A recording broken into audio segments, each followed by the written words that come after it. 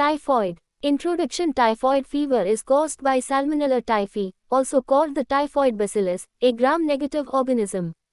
Like most infections occurring in the tropics, the organism gains entry into the human gastrointestinal tract as a result of poor hygiene and inadequate sanitation. It is a disease normally managed by physicians, but the surgeon may be called upon to treat the patient with typhoid fever because of perforation of a typhoid ulcer. Pathology. Following ingestion of contaminated food or water, the organism colonizes the Peyer's patches in the terminal ileum, causing hyperplasia of the lymphoid follicles followed by necrosis and ulceration. The microscopic picture shows erythrophagocytosis with histiocytic proliferation, figure 6.40. If the patient is left untreated or inadequately treated, the ulcers may lead to perforation and bleeding. The bowel may perforate at several sites, including the large bowel.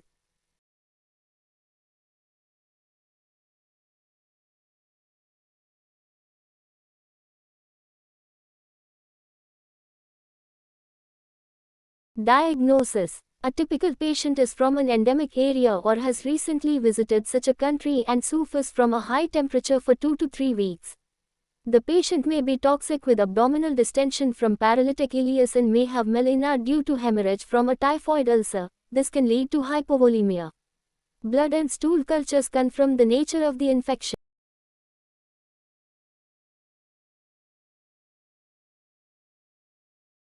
and exclude malaria. Although obsolete in some parts of the world, the Vidal test is still done on the Indian subcontinent.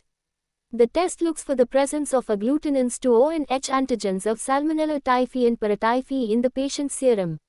In endemic areas, laboratory facilities may sometimes be limited. Certain other tests have been developed that identify sensitive and specific markers for typhoid fever. Practical and cheap kits are available for their rapid detection that need no special expertise and equipment. These are Multites DPS to detect immunoglobulin G, IgTubeX to detect immunoglobulin M, IgM, and Typhidot to detect IgG and IgM.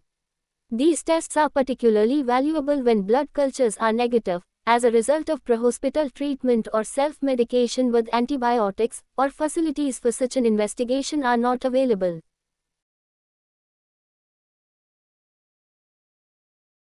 In the second or third week of the illness, if there is severe generalized abdominal pain, this indicates a perforated typhoid ulcer unless otherwise proven.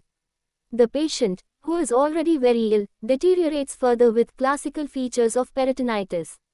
An erect chest radiograph or a lateral decubitus FLM, in the very ill, as they usually are, will show free gas in the peritoneal cavity. In fact, any patient being treated for typhoid fever who shows a sudden deterioration accompanied by abdominal signs should be considered to have a typhoid perforation until proven otherwise.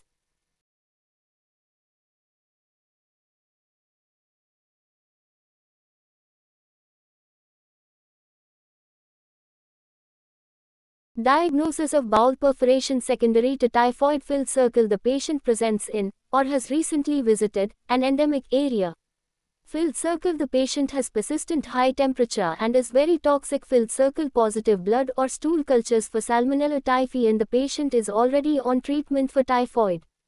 Filled circle. After the second week, signs of peritonitis usually denote perforation, which is confirmed by the presence of free gas seen on a radiograph.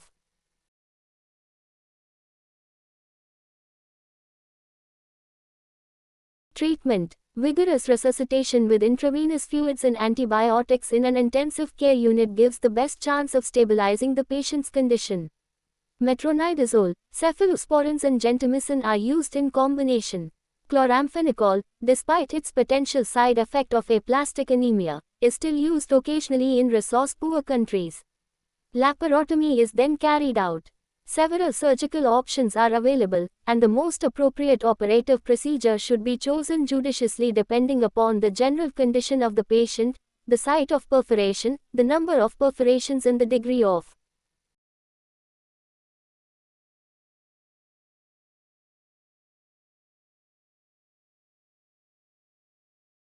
peritoneal soiling. The alternatives are closure of the perforation, figure 6.41, after freshening the edges, wedge resection of the ulcer area and closure, resection of bowel with or without anastomosis, exteriorization, closure of the perforation and side-to-side iliotransverse anastomosis, ileostomy or colostomy where the perforated bowel is exteriorized after refashioning the edges.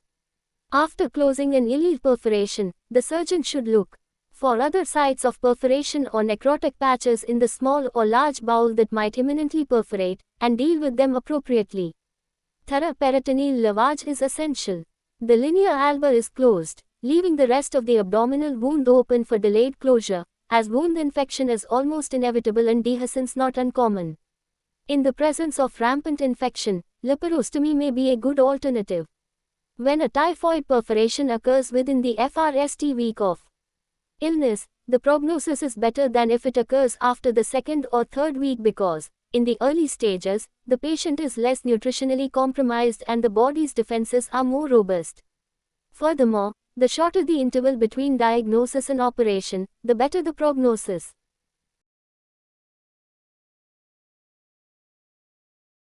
Treatment of bowel perforation from typhoid. Filled circle. Manage in intensive care. Filled circle. Resuscitate and give intravenous antibiotics. Filled circle. Laparotomy. Choice of various procedures. Filled circle. Commonest site of perforation is the terminal ileum. Filled circle. Having found a perforation, always look for others. Filled circle. In the very ill patient, consider some form of exteriorization. Filled circle. Close the peritoneum and leave the wound open for secondary closure.